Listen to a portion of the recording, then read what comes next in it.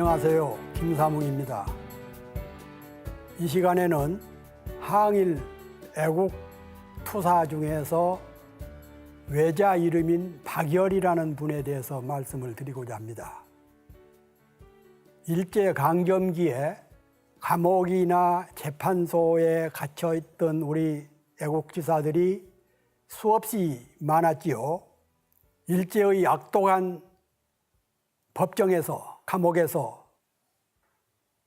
수없이 많은 애국 선열들이 쓰러져가고 병사를 하고 고문에 시달리고 참혹한 학정을 겪었는데, 그 중에서도 적도 일본, 도쿄 한복판, 일본의 고등법원 이런 데서 4가지 조건을 제시를 하면서 일제와 치열하게 싸웠던 당시 20대 초반의 조선 청년, 그 청년의 이름은 박열이라고 그랬죠. 저는 그분이 일본 법정에서 4가지 조건을 제시하면서도 한치의 굽힘도 없이 투쟁했던 그 장렬한 모습을 지켜보면서 감명 깊어서 박열이란 분을 찾기 시작을 했고, 국내 도서관, 일본 서점 이런 데 돌아다니면서 자료를 찾아서 박열평전이라는 책을 쓴 적이 있습니다. 제가 20년 전에 책을 쓰면서 학생들에게 박열이라는 사람 혹시 아느냐고 물었더니 아는 사람이 거의 없더라고요. 박열뿐만 아니라 지적 업무에 종사하는 수준 높은 분들에게 혹시 박열에 대해서 아는 게 있습니까? 하고 물었더니 대부분 박열 누구지요? 그러더라고요. 그래서 제가 박열 선생이 그렇게 치열하게 우리 독립운동을 하고도 우리 대한민국에서는 잊혀진 인물이 됐구나 싶어 안타까워했는데, 최근에 영화가 제작이 되고 또 많은 국민들이 관심을 갖고 해서 박열 선생에 대한 어느 정도의 인식은 새롭게 된 것 같아서 다행입니다. 일제시대에 우리의 많은 독립운동가 중에서는 끝까지 민족해방이라는 대의를 지키면서 신념을 갖고 독립항쟁을 죽을 때까지 하신 분들이 많지만, 그 중에는 일제의 유혹에 또는 신념이 취약해서 또 다른 여러 가지 이유로 해서 변절, 변신, 굴종 그런 분들도 적지가 않았죠. 일제강점기에 민족주의자들의 친일 변절에 우리는 일말의 동정을 하면서도 지조를 지키지 못한 데 대해서는 시대의 가혹성이 얼마나 강했겠는가 어느 정도 이해를 하면서도 끝까지 지조를 지키지 못한 데 대해서는 경멸을 하는 경우가 많이 있죠. 지금도 정권 교체기나 총선거 등 정치적인 변혁기에는 수많은 사람들이 정치적인 신념을 버리고 변절, 회절하는 경우를 많이 지켜보면서 국민들을 안타깝게 여기는 경우가 적지가 않습니다. 오늘 제가 소개해드리고자 하는 박열 선생은 지조와 신념을 태산같이 지키면서 그런 속에서도 일왕 부자를, 일본 임금, 왕, 일본 사람들은 천왕이라고 부르죠. 일왕 부자를 척살하려다가 대역사건이라는 어마어마한 죄목으로 붙잡혀서 처음에는 사형 선고를 받았다가 나중에는 무기징역으로 감형이 돼서 일수로는 8,091일 동안, 횟수로는 23년 동안 일제의 엄혹한 감옥에서 옥고를 치르다가 살아나온 분입니다. 당시에 세계 감옥사에서 일죄일범, 그 표현이 범이라고 하니까 범죄라는 용어인데, 일왕 부자를 척살하려다가 일제 감옥에서 23년 동안 감옥살이를 하고 해방 후에 석방된 박열 선생, 그분은 어떤 사상을 갖고 있었고 어떤 길을 걸었고 어디서 태어나서 어떻게 교훈을 마쳤는가를 말씀드리겠습니다. 박열 선생은 20세기가 첫 열리는 1902년 2월 3일 날 경상북도 문경군 마성면 오천리에서 태어났어요. 그 지역, 제가 평전을 준비하면서 취재를 가보니까 그 지역에서는 오천리를 샘골이라고 부르더라고요. 아버지 박지수와 어머니 정선동의 셋째 아들로 태어났습니다. 어릴 때 아버지가 지어준 이름은 준식, 법준자, 힘을식자, 준식.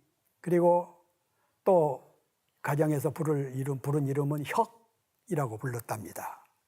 그러면 언제부터 준식이나 혁이 방열로 됐는가? 방렬이죠. 매울 열자. 그 김원봉 선생 이런 분들이 만들었던, 조직했던 의열단 할 때 렬자 쓰는 그 렬자입니다. 서당에 다닐 때부터 박열은 자기는 기질로 보아서 스스로 준식이 아닌 렬자로 쓰기 시작했다. 이것은 그 박열 사건 때 일본으로 소환됐던 그 친형이 증언한 바 내용이 그렇습니다. 박열 선생의 가문은 함양박씨, 그 누대로 전통적으로 육아 세전의 양반 가문이었다고 합니다. 그 지역에서는 꽤 존경받았고 재산도 상당히 넉넉해서 먹고 살만 했는데 1910년 8월 29일 날 일제가 강탈, 조선을 병탄하면서부터 지주계급이었던 가세가 기울기 시작했고, 그래서 박열이 태어날 무렵에는 약간의 자영농하고 소작, 남의 논밭을 붙여서 소작을 주고 소작을 얻어먹는 그런 그걸로 간신히 생계를 꾸려갔던, 그러니까 소농 생활 집안이죠. 1916년 경성고등보통학교, 지금은 그 경기고등학교라고 불리는데 그 전신이죠. 박열의 아버지는 박열이 6살 또는 5살 때에 상주에서 문경으로 이사를 했기 때문에 박열은 문경에서 태어나서 문경에서 어린 시절을 보낸 걸로 되어 있습니다. 박열은 어렸을 때부터 대단히 총명하고 또 담대한 성품을 갖고 있었고, 친구들 사이에서도 상당히 의협심이 강해서 아이들, 동네 꼬마들하고 자주 어울리고 그러면서 꼬마 대장 노릇도 하고 그랬던 것 같아요. 그리고 7살 때부터 천자문이라든가 동몽선섭, 자치강목, 그때 조선의 소년들이 배운 그런 교과 과목이죠. 이런 것을 공부를 하다가 10살 때 일본 정부가 설립한, 그러니까 조선 총독부지요. 총독부가 세운 함창공립보통학교 4년제였습니다. 함창공립보통학교에 입학해서 14살 때 졸업을 합니다. 그리고 나라가 망한 경술국치해인 9살 때 아버지를 잃었어요. 가난한 농가에서 아버지마저 일찍 별세를 하고 보니까 상당히 가세가 어려웠던 것 같습니다.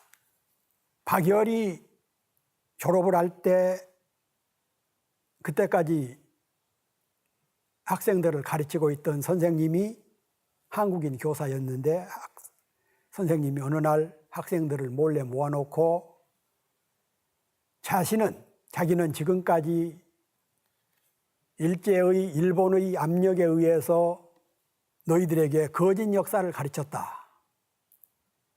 그러면서 울면서 사과한 일이 있어요. 그때는 이 교사 선생뿐만 아니라 모든 전국의 교사들에게 조선 총독부가 조선 역사 대신 일본 역사를 가르치게 했었죠. 그랬는데 졸업을 앞두고 이 선생님은 역사의식, 민족의식이 남달랐던 것인지 눈물을 흘리면서 지금까지 여러분에게 잘못된 역사를 가르쳤다. 죄송하다.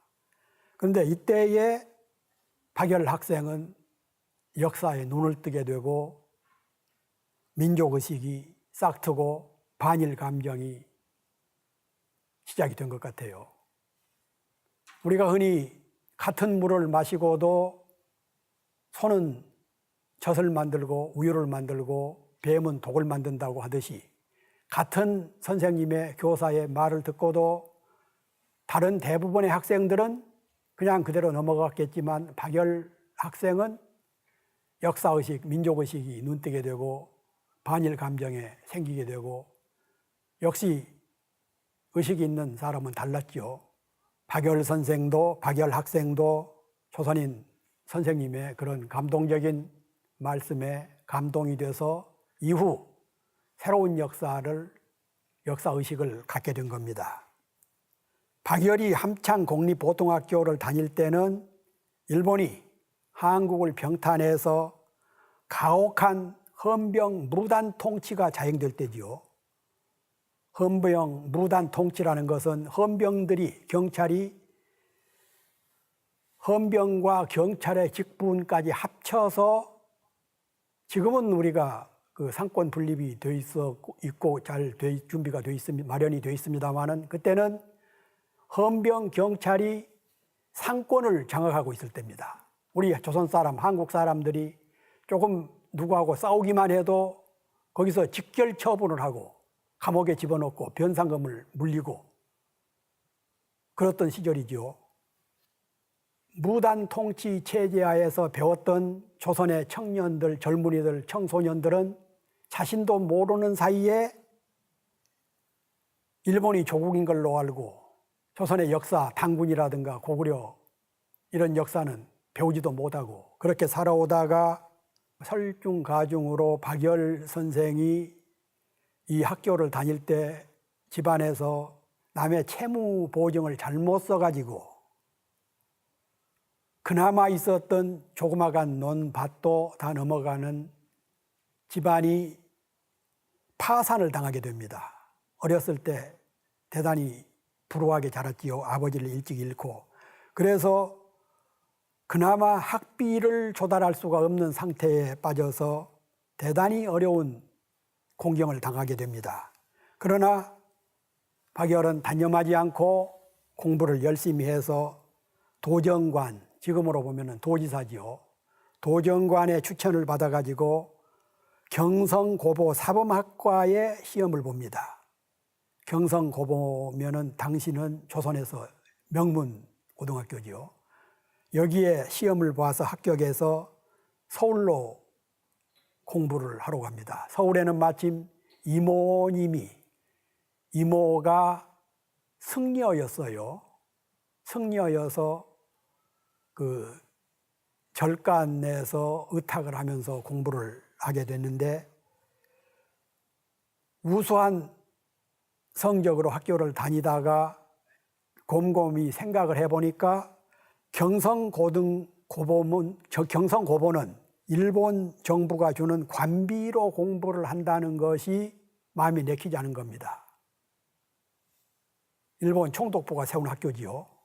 거기서 일본 정부로부터 돈을 받아가면서 공부를 한다는 게 박열 양심에 맞지가 않아서 3학년 때에 자진해서 퇴학을 합니다. 그러니까 1919년 3월, 4월 조선 천지에서는 일제에 저항해서 3.1 혁명이 일어나죠. 이때 박열은 경문도 만들어서 뿌리고 지하신문도 만들어서 배포를 하고 친구들하고 어울려서 만세 시위도 앞장서서 부르고 이때부터는 소년 독립운동가로 변신을 하게 됩니다. 그리고 학교는 그 길로 다니지 않았지요. 그 무렵에 일제는 조선에서 또 못된 짓을 시작했는데 동양척식 주식회사, 동척이라고 불렀지요. 동양척식 주식회사라는 것을 만들어 가지고 그때는 조선에서는 아직 측량기라든가 이런 게 발달이 안 돼 있는 상태로 수백 년, 수천 년 동안 전해 내려오는 이것은 누구 돈, 이것은 누구 밭, 그리고 살 때나 팔 때도 이제 그렇게 해서 팔고 했는데 일제가 근대적인 측량기를 도입해 가지고 엉터리 측량을 통해서 그리고 공동 가문의 문중의 공동 경작지라든가 공유지라든가 이런 것을 멋대로 측량을 해 가지고 그 동척에다가 이것을 맡기고 서로 팔고 차지하고 그럴 때에 이런 것을 지켜보면서 일제의 만행을 더 이상 용납해서는 안 되겠다. 일제로부터 우리 조선 동포들이 얼마나 많은 피해를 입고 지내는가, 살고 있는가 이런 것을 뼈아프게 느끼기 시작을 합니다. 그리고 중간에 3학년 때 퇴학은 했지만 박열이 생애를 두고 일생을 두고 가장 감동 깊게 또는 감명 깊었던 일 중에 하나가 일본인 교사, 일본 사람이지요. 일본인 교사로부터 고도쿠 슈쇼라는 1911년에 일본에서는 대역 사건으로 처형된 사람인데 이 심리학 교수로부터 또 한 차례 감동을 합니다. 내용인즉 일본이 신으로 모시는 천황제, 지금도 일본에서는 천황제지요. 천황이라는 말을 함부로 천황제를 비판하는 것은 일본에서는 금기가 되어 있죠. 지금도 거의 비슷합니다만은. 그런데 이 고토쿠라는 분이 천황제를 비판했다가 대역 사건으로 몰려서 처형당합니다. 그리고 그 고도쿠 슈셔라는 분이 아나키스트였다. 무강권주의, 무권력주의. 조선에서는 한국에서는 지금도 무정부주의라고 번역이 되어 있는 아나키즘에 대해서 얘기를 했고 그리고 이 고도쿠라는 사람이 아나키스트였다. 이런 강의를 몰래 해주는 걸 듣고는 정신적으로 충격을 받습니다. 나중에 이 알려져 가지고 이 교사는 전출을 되고 심리학 교수가 나중에는 창가 노래 담당으로 이제 교직을 과목을 바꿔버리고 그런 순환을 겪었죠. 김인현 3.1 독립혁명 때에 참여했던 친구들로부터 일본 경찰이나 헌병대에 불려가서 얼마나 심한 고문을 당했다는 것을 알고 또 직접 겪어보고 더 이상 조선에서는 항일운동이 어렵다는 것을 삐저리게 느끼고 어떻게 해서든지 일본으로 건너가서 일본의 실체를, 일본의 실상을 알아야 되겠다. 그런데 1920년대 우리 3.1혁명, 3.1운동이 일어난 그 무렵에 일본에서는 상당히 자유로운 시대였습니다. 그러니까 조선에서는 헌병 경찰 제도라는 것을 도입을 해가지고 살상을 일삼고 무단 통치를 했지만 막상 일본 본토에서는 메이지 데모크라시라고 해가지고 명치 민주주의, 헌법도 만들고 상권 분립도 어느 정도 주고 그리고 의회도 구성을 하고 그래서 지네끼리는 상당히 지금 우리 수준은 엄두도 못 내지만 어느 정도의 자유가 보장이 됐었어요. 그런 걸 알고 박열은 조선보다는 일본으로 건너가서 천황제를 타도해야 되겠다. 그런 생각을 갖고 일본으로 건너갑니다. 박열 선생이 살았을 때 동지였던 이강훈 선생, 일제강점기에 6.3정 의거라든가 이런 것을 했고 해방 후에는 광복회 회장을 지내신 분인데 이분이 쓴 책에 청사에 빛나는 순국선열들이라는 책이 있어요. 여기에 보면은 박열을 평화해서 이런 내용을 담았습니다. 선천적으로 두뇌가 총명하고 담력과 의협심이 남달랐고 성장하면서 조국이 일본 제국주의자들에게 침탈된 사실을 알게 되자 자연히 적개심과 분노가 팽배해져서 불구대천 원수 일본의 상징인 일왕을 처단해야 되겠다, 이런 생각을 갖고 있었고 늘 이런 얘기를 했었다라는 게 이강훈 선생이 쓴 책에 나옵니다. 3.1운동, 3.1혁명이 일어나던 1910년 10월 달에 박열은 도쿄로 건너갑니다. 도쿄에 도착한 박열은 먹고 살 게 없죠. 가지고 간 돈도 없고 간신히 선비만 배로 부산에서 관부 연락선을 타고 도쿄로 건너가서 거기까지는 갔는데 먹고 살 게 없으니까 신문 배달, 식당, 종업원, 막노동꾼, 우체부, 조수 이런 일을 하면서 정태성, 김천애 이런 그 친구들하고 어울려서 노동 동지회를 만듭니다. 우리 같으면 지금 같으면 노동조합이죠. 그리고 제1조선인 고학생 동지회를 확대 개편을 하고 이때부터 사회운동에 참여를 합니다. 이 무렵에 일본에서는 우리 조선 유학생들이 꽤 많이 가 있었는데 러시아에서 볼셰비키 혁명이 일어나면서 일본에도 사회주의 열풍이, 사회주의 조류가 급속도로 퍼져 있을 때 일본 학생들뿐만 아니라 조선 유학생들도 사회주의에 대한 생각들을 꽤 갖게 되죠. 특히 그 젊었을 때 청년 시절에는 새로운 사조, 이데올로기, 이념 이런 때에 관심들을 많이 갖게 되듯이 조선의 청년들도 유학생들도 또 일본 학생들도 그렇게 빠져 있을 때죠. 그러면서 그 김약수, 우리나라에서 정부가 수립되면서 그 국회 부의장을 지냈던 분이 김약수인데, 김약수 이런 분들하고 일본의 아나키스트 큰 사상가였던 오스키 사카에, 이와사 사쿠라토 이런 분들을 찾아다니면서 아나키즘에 대해서 공부를 합니다. 그러니까 오히려 사회주의 열풍에 빠져 있는 유학생들이나 일본 학생들하고는 달리 박열 선생은 김약수 선생하고 이런 동지들하고 아나키즘에 빠져들게 된 거죠. 관심을 빠져들었다기보다는 그쪽에 더 경도하게 되기 시작을 한 겁니다. 그래서 아나키즘에 상당히 관심을 갖고 동지들하고 혈거단이라는 비밀 조직을, 청년단체를 조직을 합니다.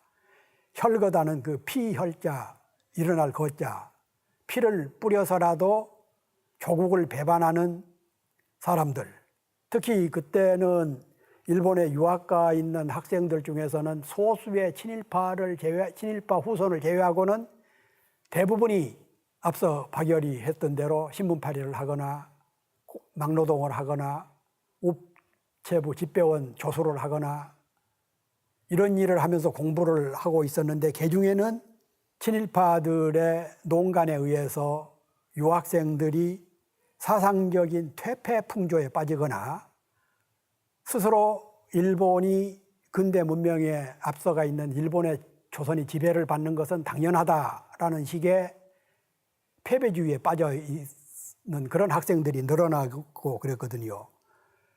양심에 어긋지는 또는 체면을 훼손시키는 타락 분자들을 처단한다.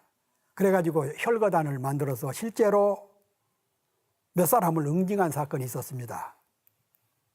그때 당시 일본에는 수많은 우리 청년 학생들이 유학을 가 있었지만 박열처럼 이렇게 그것도 노동을 하면서 학교를 다니고 공부를 하는 처지에 이렇게 철저하게 20대 초반에, 19세, 20대 초반에 이런 일을 행동으로 보인 사람이 박열이었습니다. 그리고 박열은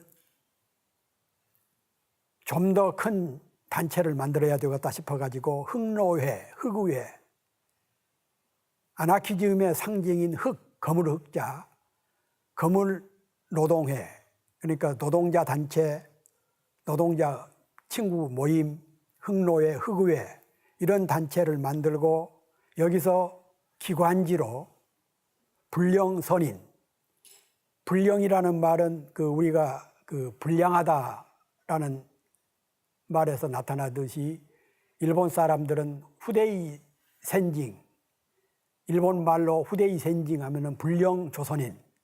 그러니까 일본 사람들 입장에서 볼 때는 독립운동한 사람을 불령 선인이라고 불렀고, 또 일본 용어로는 후대이 센진이라고 불렀는데, 그것을 정면으로 파고들어서 불령 선인이라는 단체를, 신문을 만들었어요. 그리고 현 사회, 이걸 안 된다고 이제 일본 정부가 안 받아주니까 현 사회라는 제목으로 바꿔서 발표를, 일본에서 책을 만들고 잡지를 내고 하다가 관동 대지진, 진제, 간도 대진제라고 부르지요. 관동 대지진이 1923년 8월 28일 날 일본 간도 지방에서 지진이 벌어져 가지고 우리 조선 사람이 그때 한 8,000명 정도가 학살을 당했습니다. 일본 사람들이, 일본 정부가 막상 그런 엄청난 지진이 벌어지니까 민심을 엉뚱한 데로 돌리기 위해서 조선 사람들이, 후대이 센진들이 동네 우물에다가 독약을 쳤다, 저수지에다가 독약을 뿌렸다, 이래가지고 일본 사람들이, 같이 엊그제까지 이웃하고 살던 일본 사람들이 무고한 조선 동포들을 한 8,000명 정도를 학살했어요.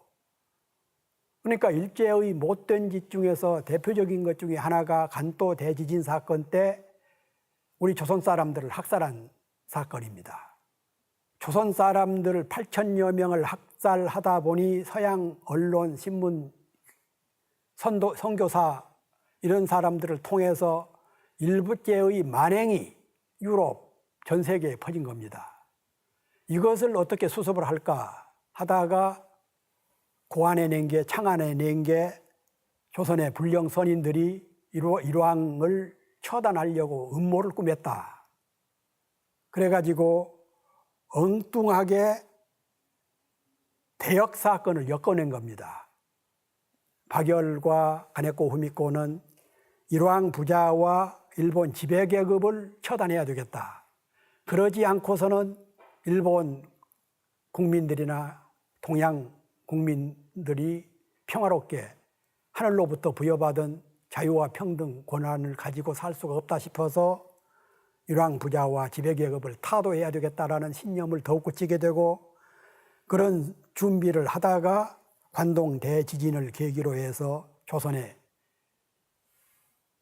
고향에 왔다가 일본 헌병대에 끌려서 일본으로 붙잡혀간 겁니다. 그때 함께 붙잡힌 사람이 불령사 회원 17명, 그러니까 박열의 친한 친구들 대부분이 붙잡혀간 거지요. 나머지 회원들은 다 현지에서 관도 대지진이 나기 직전에 체포됐기 때문에 불행 중 다행히 그때 일본 사람들이 무차별 학살했던 8,000명 중에는 해당이 안 되고 살아남은 거지요. 그런 것 보면은 가끔은 불행 중 다행인 경우도 알게 됩니다. 이렇게 17명을 체포한 일제는 시선을 국민과 해외 여론을 돌리기 위해서 박열과 가네코 등이 조선의 불령 선인들이 협력을 공모해서 왕과 왕세자를, 그때는 왕세자가 히로히토죠. 나중에 일본 천황이 된, 결혼식장에 폭탄을 던져서 왕과 왕세자를 그리고 일본 고관들을 암살하려고 했다. 그리고 일본 정부는 그 동조자로 김중환이라는 사람을 통해서 중국 상하이에서 폭탄을 구해 오려고 시도를 했다. 그런데 이건 사실입니다. 박열과 그 동지들은 그 흑우의 기관지 현사회 광고비 일부를 빼내서 중국 상하이에 있는 우리 독립운동 비밀단체를 통해서 폭탄을 구입해 오려고 시도를 하다가 아직 실천 단계까지는 안 가고 준비하는 과정에서 일경에 체포가 돼버린 것이죠. 그러니까 정확한 표현으로 보면은 예비 음모 정도인데 이것을 마치 예비 음모가 아니라 실행 단계인 것처럼 과장해가지고 언론에다가 폭로를 하고, 그것은 앞서 말씀드린 대로 간도 대지진 때 희생된 학살한 그런 것을 눈을 이리 돌리기 위한 음모였다, 그런 뜻이죠. 그런데 이렇게 발표가 되면서 일본에서는 그때나 지금이나 천황 일왕이라 그러면은 거의 신성 불가침인데, 감히 조선 청년들이 일왕 부자를 암살 운운한 거나 거기다가 일본 여성인 가네코 후미코까지 후대의 선진들한테 속아서 그런 그 망동을 저질렀다 해가지고 일본 천지가 대소동이 일어난 것이죠. 조선 사람들끼리만 했다 그러면은 억울해서 독립운동 일환으로 치부할 수가 있었는데, 일본 여성까지 가담했다는 데 대해서, 그리고 더러는 파결과 가네코가 부부간이다, 감히 일본의 처녀가 조선의 노동자한테 결혼을 해가지고, 아직 정식 결혼한 상태는 아니었으나 빠져가지고 일본의 국헌을 문란시켰다 해가지고 일본 신문, 방송, 그때는 텔레비는 없을 때니까 라디오 이런 데에서 거의 며칠간 톱 뉴스가 되고 그랬습니다. 이걸 보고 조선에 일본에서 교육 공부하던 유학생들이 파결하고 가네코 후미코 그 동지들을 지원하는 연설도 하고 단체도 만들고 영치금도 내주고 그랬습니다. 그리고 그 국경을 넘는 애정 사건이라는 센세이셔널한 그런 보도가 널리 알려지면서 가네코 후미코가 어떤 여성인가에 대해서 알려고 하는 사람들도 많고, 앞서 제가 말씀드리기를 조선에서는 가혹한 부단 통치를 했지만 일본에서는 자기네들끼리는 어느 정도 메이지 데모크라시를 했던 시대이기 때문에 이런 사건들이 상당히 숨김없이 어느 정도는 보도가 됐던 상황이었지요. 그래서 엉뚱하게 간도 대지진 사건은 대역 사건으로 포장이 되고, 그래서 조선인 대량 학살 사건이 뒤로 빠져버리고 이 음모 사건이 터지면서 파결과 가네코 후미코는 제물이 된 거죠. 분명한 것은 그런 준비를 했지만 아직은 폭탄을 구한 것도 아니고 그런 준비를 하는 계획을 세우던 단계에서 음모 사건의 수준에서 체포됐기 때문에 아직 실행 단계는 아니었는데도 마치 폭탄을 구해다가 일왕 부자를 처단하려고 했던 것처럼 이렇게 과장을 한 겁니다. 그래서 1925년 9월 달에 파결은 도쿄에 있는 대심원, 우리 같으면은 대법원이죠. 대심원 특정법정 공판에 나가서게 됩니다. 공판이 열리기 전에 파결 선생은 일본 법정에다가 4가지 조건을 제시를 해요. 제가 그 20년 전에 파결 평전을 쓰게 된 동기 중에 하나는 우리나라 어느 교수가 쓴 책에 요약해서 이 4가지 제한 조건이 나와 있더라고요. 그걸 보고 제가, 아니 20대 노동자가 일본에서 일왕 부자를 처단하려고 했던 음모 사건에 연루됐다고 하는 노동 청년이 어떻게 그 20대 청년의 머리에서 그런 의견이 나올 수가 있는가 감동을 했어요. 한번 어떤 내용인가 들어보시기 바랍니다. 첫째, 나 파결은 피고로서 법정에 서는 것이 아니다. 너 재판관이, 그러니까 최근에 영화에서도 나왔습니다마는 재판관을 재판관이라고도 안 하고 너, 당신 이렇게 불렀어요. 너 재판관이 일본의 천황을 대표해서 법정에 서는 것인 이상 나는 조선 민족을 대표해서 법정에 서는 것이다. 천황을 대표하는 일본의 재판관이 법관을 쓰고 법의를 입는다면 나도 조선 민족을 대표하는 입장에서 조선의 왕관을 쓰고 조선의 왕이 곤룡포지요. 조선 왕들이 입었던 곤룡포. 왕을 입는 것을 허락해라. 대단하죠. 우리 민족의 자존심. 이런 것을 일본 정부, 일본 재판부에다가 제시한 것은 일본 재판 사상 전무후무한 일이었습니다. 두 번째, 나 박열은 피고로서 법정에 서는 것이 아니라 조선 민족을 대표하여 일본이 조국 조선을 강탈한 강도 행위를 탄핵하고자 법정에 서는 것이기 때문에 재판관이 일본의 천황을 대표해서 나의 질문에 답변을 해라. 내가 법정에 서는 취지를 내가 선언하도록 해달라. 이것도 바로 그 박열 선생이 재판을 받기 한 6, 7년 전에 안중근 의사가 이토 히로부미를 처단하면서 15가지 조건을 내세웠죠. 내가 안중근이 이토 히로부미를 처단한 이유 15가지. 그것을 내 입으로 말하게 해라.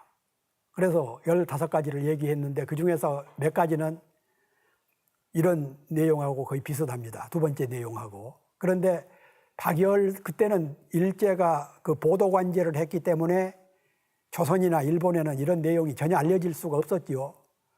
박열 선생이 안중근 의사의 15가지 조건을 들었을 리가 없습니다. 그럼에도 불구하고 두 분이 제한 조건이 비슷한 대목이 참 많아요. 그래서 이런 게 민족의 혈맥, 정신, 정기, 혼 이런 것이 아닌가 싶습니다. 셋째는 나 박열은 일본어를 사용하고 싶지 않다. 일본에서 몇 년 살아서 일본어를 유창하게 했죠. 그러므로 조선어를 사용하고 조선어로 말하도록 해라. 조선어로 내가 말할 터이니 통역을 준비해라. 대단한 거죠. 크나 적으나 죄를 짓고 법정에 서면은 가급적이면은 어떻게 해서든지 판사나 검사한테 눈에 거슬리지 않기 위해서 겸손한 태도를 취하고 발언도 양순하게 하는 게 인간의 상정인데 박열은 나는 일본말을 잘하지만 내가 일본말로 안 하고 조선말로 할 테니까 일본어 통역을 대라. 이런 호기, 이런 결기, 그게 20몇 살짜리 조선 청년이 한 겁니다. 마지막으로 일본의 법정이 일본의 천황을 대표한다고 해서 재판관은 높은 곳에 앉고 일본의 천황에게 재판을 받는 나 박열은 낮은 곳에 앉아 있다. 그러나 나는 소위 피고와는 다른 사람이다. 때문에 내 좌석을 너희 1인 판사와 판사의 좌석하고 똑같이 해라. 그런 조건을 제시를 한 겁니다. 그래서 결국은 일본 대심원에서 또 자기네들도 자존심도 있고 기록으로도 남고 해서 첫째와 둘째 조건만 들어주기로 한 겁니다.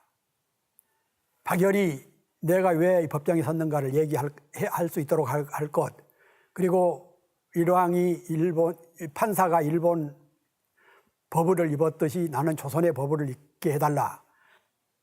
그런데 막상 그 후세 변호사라고 참 우리나라 독립운동에 큰 기여를 했던 일본 사람 변호사가 있는데 후세 다제치 변호사가 조선에 들어와서 임금이 입었던 곤룡포를 왕관을 구하려는데 총독부가 그걸 허가하겠습니까? 그래서 결국은 우리나라 해방이 되고 재헌국회의원이었던 조헌영 선생, 고려대학교 교수를 했던 시인이기도 한 조지훈 선생의 아버지가 입었던 양반 옷을 구해가지고 박열 선생이 그리고 가네코 후미코가 그 옷을 입고 법정에 출두를 했어요. 그리고 세 번째하고 네 번째는 양보를 한 겁니다. 그래서 일본한테 이제 법정에서 재판을 받았는데 박열은 사형 선고, 가네코 후미코도 사형 선고, 박열은 판사 고맙네. 아무개 이름 부르면서, 판사 이름 부르면서 재판장 수고했네. 박열은, 간해꼬는 소리 높여 만세. 그러면서 내 육체야 너네들이 마음대로 살리고 죽일 수 있겠지만 내 영혼은, 내 정신은 함부로 할 수가 없다. 그리고 만세. 참 통이 큰 분이었지요. 그리고 얼마 후에 마치 일왕이 자비나 베푼 듯이 무기형으로 감형을 했어요. 그래서 간수 감옥 책임자가 마치 성은이나 베푼 것처럼 사면장을 주는 것을 박열은 너네가 내 목숨을 살렸다 죽였다 하는구나 하고는 받았는데, 두 번째로 간해꼬한테 주니까 간해꼬가 현장에서 찢어서 던져버린 겁니다.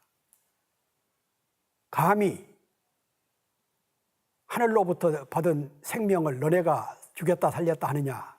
나는 박열과 함께 일본 형장에서 목숨을 버릴 것을 각오를 하고 있었는데 마음대로 살리느냐. 그래가지고 또 한바탕 소동이 났죠.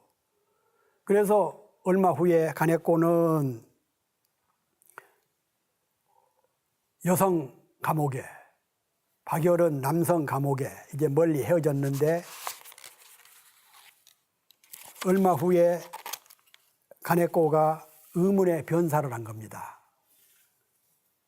일본은 안중근 의사 의거 때도 그랬지만 간해꼬 박열 사건 때도 어떻게 해서든지 잘못했다고 용서를 빌기를 바란다. 빌기만 하면은 크게 감형을 해주겠다.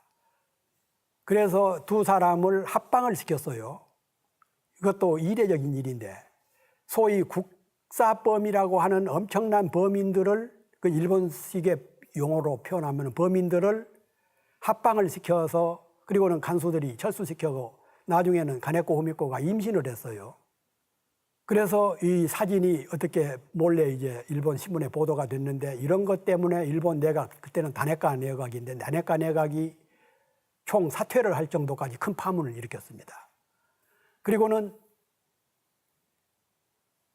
임신했다는 사실은 안 알려지고, 그 간해꼬가 박열의 팔에 기대어서 그 책을 읽고 있는 그런 모습이 사진을 몰래 찍어가지고 이제 신문에 보도가 됐는데, 일본 신문에. 그것 때문에 일본 내각이 도개가 되고 할 정도였는데, 그런데 비밀리에 조사를 해보니까 합방시킨 이후에 간해꼬가 임신을 했다는 사실이 드러났어요. 그래서 얼마 후에 간해꼬가 암살을, 옥중살을, 변살을 당합니다. 제가 판단할 때는 임신한 사실이 박열의 팔에 팔베개를 하고 누워있는 사진 가지고도 그렇게 일본 열도가 난리가 터졌는데, 간해꼬가 임신했다는 사실이 알려지면은 그야말로 경천동지할 사건이 터질 것 같아서 일본 정부가 죽여버린 것 같아요.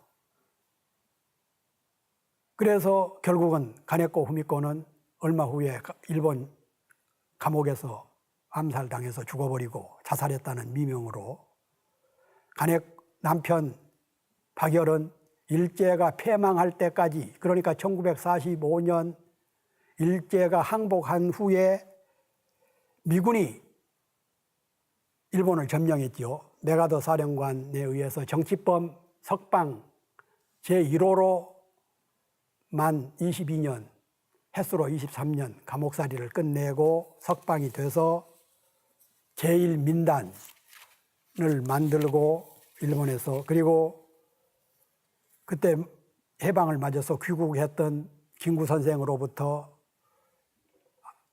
윤봉길 의사, 이봉창 의사, 백정기 의사, 이런 분들이 일제와 싸우다가 일본에서 사형 선고를 받고 묘소가, 유해가 일본에 있었지요. 이것을 찾아서 국내로 송환하는 게 박열 선생이었습니다.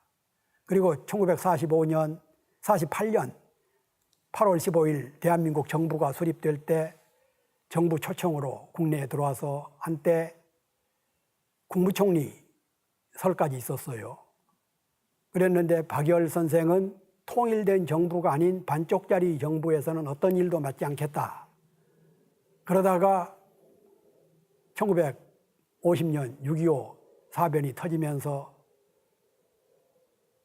그 전에